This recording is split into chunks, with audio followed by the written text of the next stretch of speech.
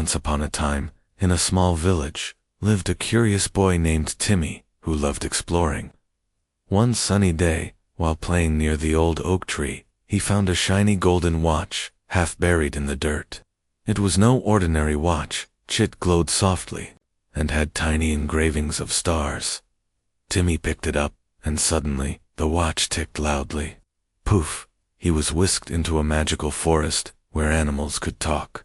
A wise owl named Ollie greeted him, saying, "This is the timekeeper's watch. It shows the past or future, but only two kind hearts." Excited, Timmy asked to see his village long ago.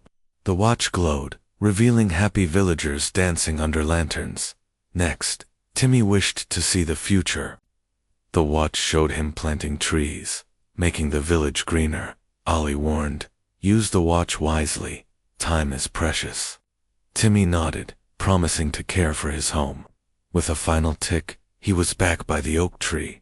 From that day, Timmy worked to make his village better, inspired by the watch's magic.